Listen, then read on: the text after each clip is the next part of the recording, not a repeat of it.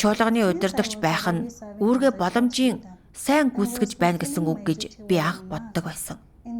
Гэвч дүүргийн удирдагчид нэр дэвших үедээ би сонгогдохоос үнэхээр айсан. Ажлын цар хүрээ том байх тусам эрсдэл төдий чинээ их байна. Хэрвээ том алдаа гарвал үннийг олж авах боломжоо алдаж магадгүй. Тэрч байтугай эцэстээ сайн төгсгөлтэй байж чадахгүй байх гэж би бодсон.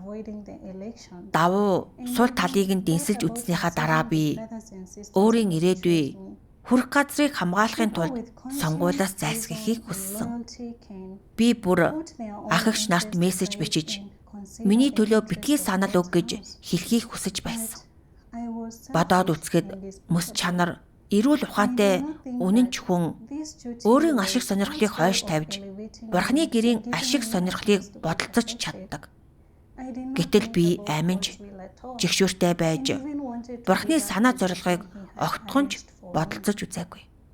Би бүр сонгуульд оролцуулахаар Бурхны надад өгсөн боломжийг орхихыг хүссэн.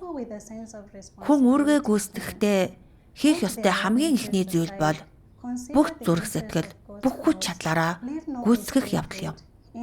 Энэ бол Бурхны шаарддаг зүйл. Бурханд итгэгчийн хэрэгжүүлэх ёстой зүйл юм. Үүрэг гүйцэтгэж чаддаг байх нь Бурхны өргөмжлөл, үннийг олж авах агуу боломж атал. Би үргэлж өөрийгөө нэгдүгээрт тавьж байсан. Энэ нь Бурханд огт үнэнч биш гэдгийг минь илчилсэн юм.